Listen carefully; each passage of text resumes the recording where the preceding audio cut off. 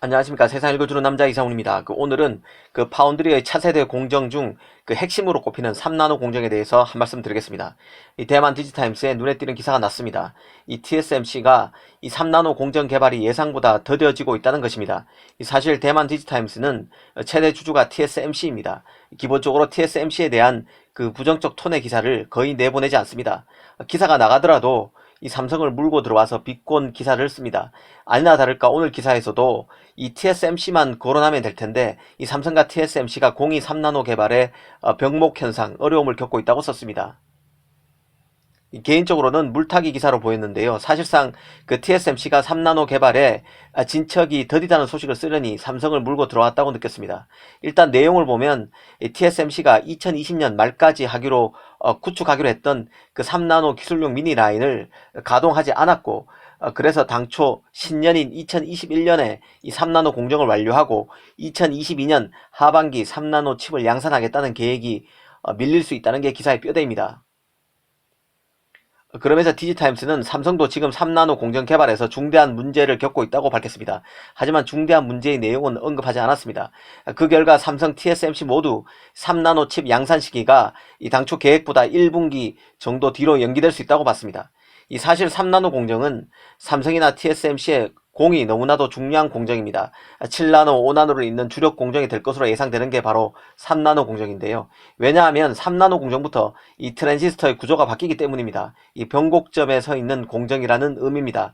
사실 미세 공정의 성패는 트랜지스터의 소형화에 달려 있습니다. 전류를 흐르게 하거나 막아서 칩이 데이터를 처리하는 방식을 제어하는 트랜지스터의 구조는 이 반도체의 성능과 전력 효율에 절대적인 영향을 미칩니다.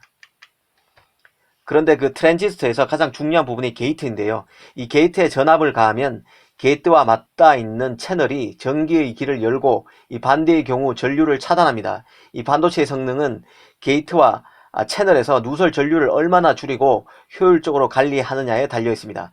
이 트랜지스터에서 전류를 컨트롤하는 게이트와 채널이 닿는 면적이 클수록 전력 효율성이 높아지는데요. 이 과거에 많이 쓰던 평판 트랜지스터는 게이트와 채널이 하나의 면으로 맞닿아 있는 2D 구조였습니다. 이 반도체 공정이 미세화될수록 트랜지스터 크기가 줄고 게이트와 채널이 맞닿는 면적도 작아져서 제 역할을 못하는 문제가 발생했습니다. 그래서 나온 게 현재 파운드리 업체가 활용하고 있는 3D 구조인 핀팩 공정인데요. 그런데 이 핀팩 공정도 5나노까지는 가능하지만 3나노 정도까지 가면 핀팩 공정으로도 신호 파악이 쉽지 않습니다.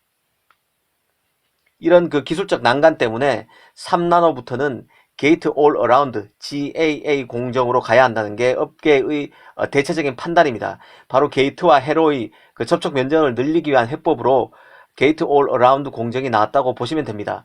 한마디로 게이트가 채널을 다 둘러싸고 있다는 뜻인데요. 핵심만 정리하면 핀팩 기술은 트랜지스터의 게이트를 윗면, 앞면, 뒷면 등 총 3면으로 둘러싸는 기술이고, 게이트 올 어라운드는 게이트를 아랫면까지 둘러싸는 한 차원 높은 기술입니다. 그래서 GAA는 핀펫의 D를 잇는 차세대 초미세 공정으로 보시면 됩니다.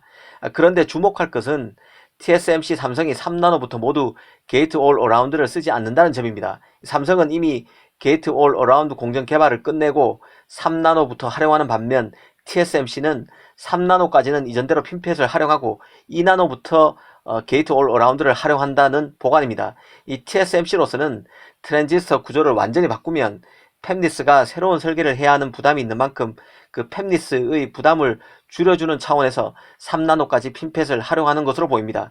마치 7나노 공정을 삼성은 EUV를 통해서 구축한 반면 TSMC는 기존대로 불화 아르곤 강원을 활용한 것과 일맥상통한 측면이 있습니다. 아무튼 TSMC도 결국 GAA로 갈 것입니다. 이 공정 역사를 살펴보면 하이-K 메탈 게이트에서 핀펫으로 넘어왔고 EUV를 통한 핀펫이 나왔고 이제는 트랜지스터 구조가 바뀐 게이트 올 어라운드로 넘어가는 상황입니다. 처음에는 소재의 변형이었고 이후에는 강원의 변형이었습니다. 이제는 트랜지스터 구조의 변형이 작용하고 있습니다. 요즘 공정 전환의 난이도가 크게 올라간 이유는 바로 이 때문인데요. 이 하나만 가지고 공정이 개선되지 않습니다. 소재, 장비, 구조가 모두 복합적으로 작용하고 있다는 뜻입니다.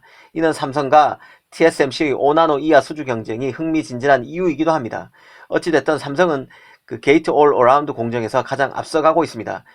게이트 올 어라운드 공정은 TV 시장으로 치면 브라운관 TV가 평판 TV로 바뀌면서 시장의 판이 송두리째 변모한 것에도 비유할 수 있습니다. 현재 파운드리 경쟁이 얼마나 미세화를 잘 하느냐에 달렸다면 게이트 올 어라운드 공정은 반도체 구조 자체를 바꾸기 때문입니다. 그래서 이 기술이 중요합니다. 그런데 그 TSMC가 기존 그 핀팩 공정을 활용하는 3나노 공정도 기대만큼 진척이 더디다는 게 그 바로 디지타임스 기사를 통해서 확인된 셈인데요. 이렇게 되면 GAA 공정 개발에도 차질이 빚어질 수 있습니다. 최근에는 애플이 TSMC의 3나노 공정을 최초로 활용해서 칩을 만들 것이라는 기사가 나오기도 했습니다. 이 삼성 입장에서는 트랜지스터의 구조를 바꾸는 첫 공정으로서 TSMC를 앞지를 비장의 카드로 여겨지는 게이트 올 어라운드 공정이 적용되는 3나노의 진행 사항을 TSMC와 비교해서 잘 살펴볼 필요가 있다는 생각이 듭니다. 감사합니다.